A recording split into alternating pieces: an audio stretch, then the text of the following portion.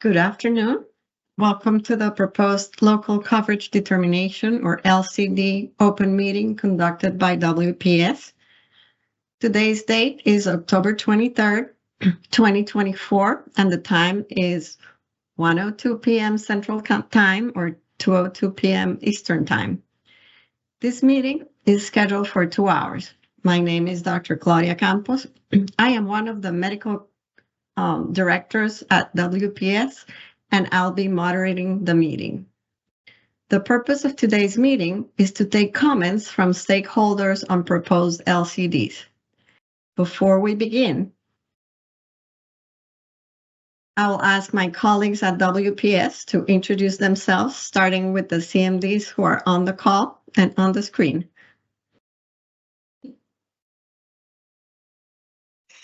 Good afternoon, everyone. My name is Denise Nachatsky. I am one of the CMDs for WPS, and thank you for welcoming me, Dr. Campos. Thank you. Good afternoon. I'm Dr. Juan Shenin. I'm one of Dr. Campos' fellow CMDs. We really appreciate your attendance to this open meeting. Thank you for being here.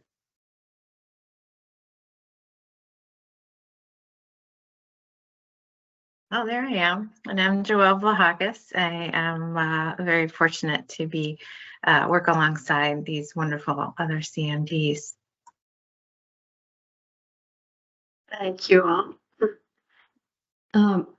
Will the policy coordinators please introduce themselves?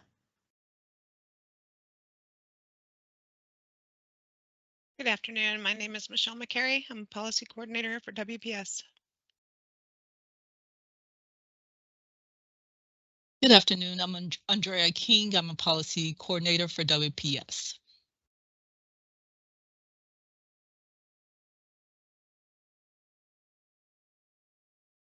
Good afternoon. I'm Tara Schrader, and I am also a policy coordinator for WPS. Do we have any other WPS personnel on this call? My name is Morgan Covarrubias, and I'm the clinical supervisor for policy. And good afternoon. My name is, I'm sorry. Go ahead, Rick. Go ahead. Go ahead, Rick. All right. My name is Richard Staley. I'm the policy administrative assistant. I'm running the logistics of the meeting right now. And this is Linda Oliver. I'm the director of clinical management here at WPS. Thank you all for all your work with us. I will take the next several minutes to review a few procedural matters. This meeting is being conducted in accordance with CMS IOM publication 100-08, Chapter 13, Section 13.2.4.4. Our purpose is to take public comment on the proposed LCDs. That is the only business for today's meeting. Today's meeting is open to the public. It is being recorded and will be transcribed. Both the recording and the transcription will be posted on our website in a few weeks. All callers are currently muted. We will introduce the proposed LCDs up for comment and then invite comments. Formal presentations have not been submitted and registered in advance. Therefore, we're currently taking all public comments. If you wish to comment, please click on the raised hand icon. If you're calling in by phone, press *5. When Mr. Staley calls on you, please make sure that your microphone is on at your end and that your speakers are silenced to prevent an echo. Before you comment, please introduce yourself, state your affiliation, and indicate whether you have a conflict of interest, and if so, what that conflict is.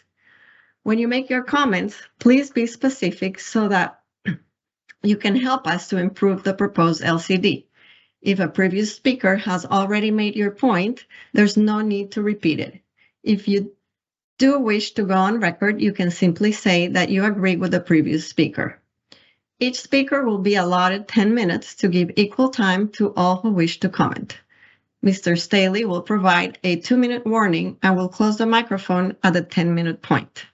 If a speaker has a slide presentation, one of our WPS team will advance the slides to avoid technical difficulties. If we're unable to address all the presentations within the 2 hours of the meeting, we ask that the presenters submit their comments in writing. Our purpose today is to listen. We typically do not respond to questions or make comments during this meeting, but we may ask questions of any speaker. Please follow up all comments in writing by submitting to Medicare Policy Comments at wpsic.com. Please include the topic of the LCD on the email subject line. Please attach supporting scientific literature in either a PDF or Word document to your email. WPS cannot follow email links. All responses are for educational purposes only and do not establish Medicare or WPS policy. Comments will not be addressed individually, but will be compiled and addressed in a response to comments document posted with the final LCDs. With that, I will proceed. Mr. Staley, are we ready? Yes, we are. The proposed LCDs for comment are listed in the agenda. The first proposed LCD on the agenda is DL39989, MolDX genetic testing for heritable thoracic aortic disease. The lead CMD is Dr. Denise Nachatsky, and the policy coordinator is Michelle McCary.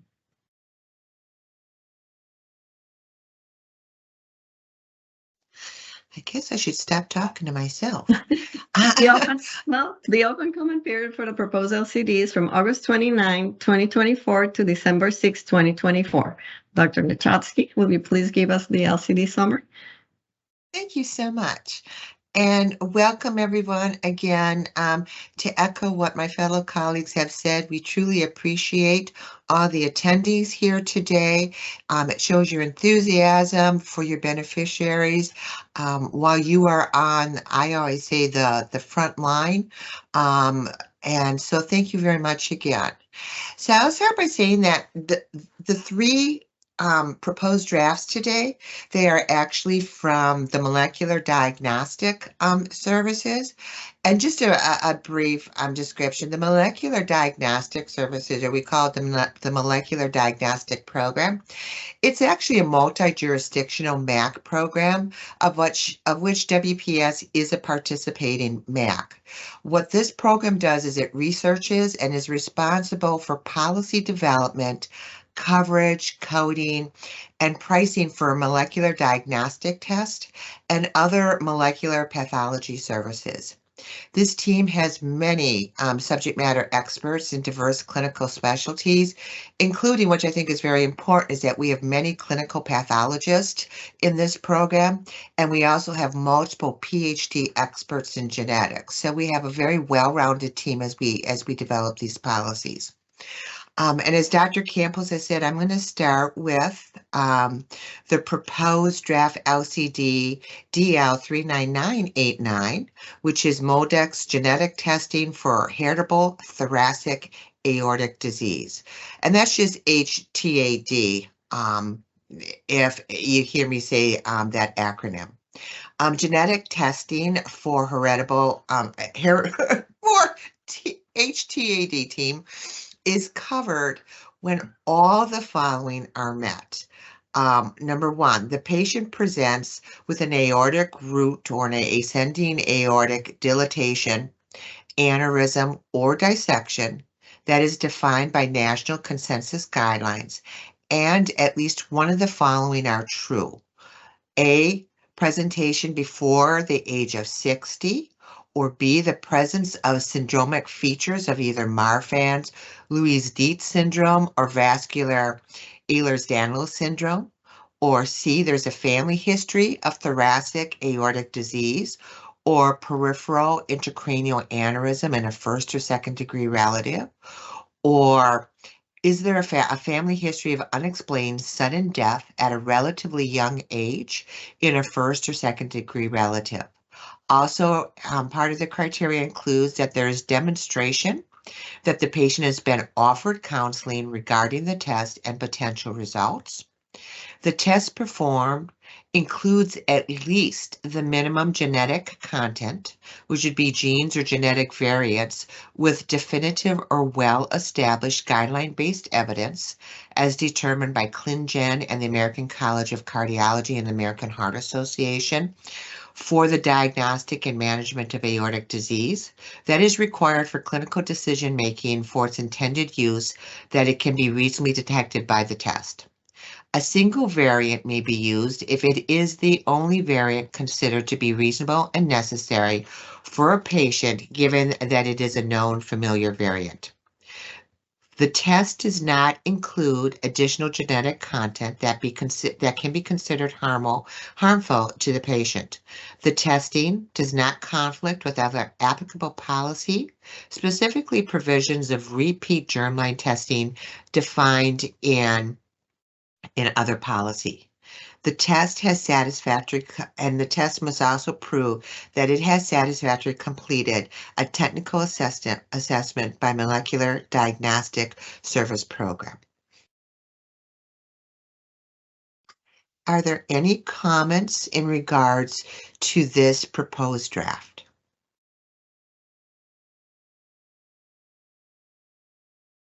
Just a reminder to press *5 if you are on telephonic audio, or press the raised hand icon through Microsoft Teams.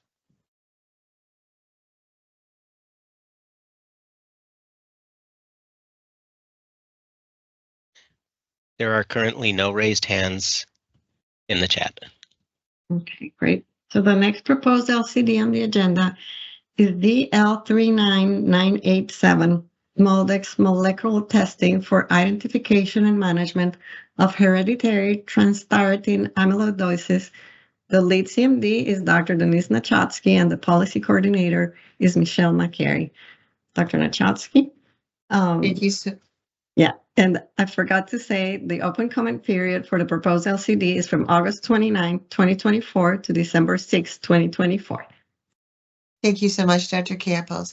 So this proposed LCD, the contractor will cover molecular diagnostic test for use in the evaluation and the management of beneficiaries suspected of having hereditary transthyretin amyloidosis. The acronym is HATTR, when all the following criteria are met. Number 1, the patient has a clinical diagnosis of ATTR or has either one of these combination, has cardiac features that are suggestive of ATTR cardiomyopathy, and is of African American descent, or has a first-degree relative with an HATTR diagnosis, or has at least one additional feature suggestive of HATTR according to expert consensus and society guidelines. The other criteria could be as, does this patient have progressive sensory motor and or autonomic neuropathy and has a first degree relative with an HATTR diagnosis, or has at least one additional feature suggestive of this syndrome according to expert consensus and society guidelines. As with the other policy, also requirements are that the patient has been offered counseling regarding the test and the potential results. The results of the test will be used to aid in treatment decisions. The test performed includes at least the minimum genetic content, means genes or genetic variants, with definitive or well-established guideline-based evidence required for clinical decision-making for its intended use that can be reasonably detected by the test. The test does not include additional genetic content that could be considered harmful to the patient. A single variant may be tested if that is the only variant considered to be reasonable and necessary for a patient, given that it is a known familiar variant. And also, as with the other policy, the test has successfully completed a technical assessment that ensures that the test is reasonably and necessary as described above. Thank you. Are there any comments?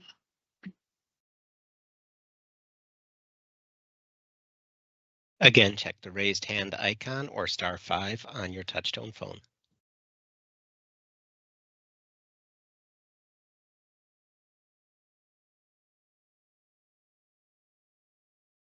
There are no comments on this proposed LCD. Thank you, Richard. The last proposed LCD is DL40022, MolDX non-next generation sequencing tests for the diagnosis of BCR ABL negative myeloproliferative neoplasm. The lead CMD is Dr. Denise Nachatsky, and the policy coordinator is Tara Schroeder. The open comment period for the proposed LCD is from October 10th, 2024 to November 23rd, 2024. Dr. Nachatsky. Thank you, Dr. Campos. Okay, this proposed policy provides coverage for multi-gene, non-next generation sequence panel testing for the diagnostic workup of BCR-ABL negative myeloproliferative neoplasms. And it also provides limited coverage for single gene testing of patients with BCR-ABL negative myeloproliferative neoplasms. It should be noted that the classical BCR-ABL negative myeloproliferative neoplasms includes polycythemia vera, or PV, essential thrombocythemia, ET, and primary myelofibrosis, that's PMS. There's also non-classical BCR-ABL negative myeloproliferative neoplasms, which includes chronic neutrophilic leukemia, CNL, and chronic eosinophilic leukemia, not otherwise specified, among other rare entities. The myelodysplastic or myeloproliferative neoplasms are considered a separate class outside of the scope of this LCD. So testing myeloid and suspected neoplasms by the next generation sequence is covered by a separate LCD called Next Generation Sequencing Lab Developed Test for Myeloid Malignancies and Suspected Myeloid Malignancies, which is L38176. So just to reiterate, this is coverage for non-next generation sequencing for the disease entities that I have listed. Thank you, Thank Dr. you. Nachatsky. Are there any comments?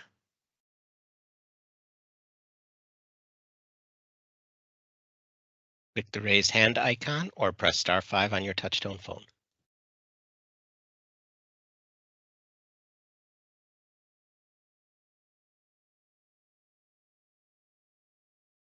There are no comments on this proposed LCD. Thank you, Rich. And thank you, Dr. Nachatsky, for the excellent presentations, and to all for attending today's open meeting. Please remember that only comments or questions submitted to Medicare Policy Comments at wpsic.com will receive a written response. Include the topic of the LCD on the email subject line.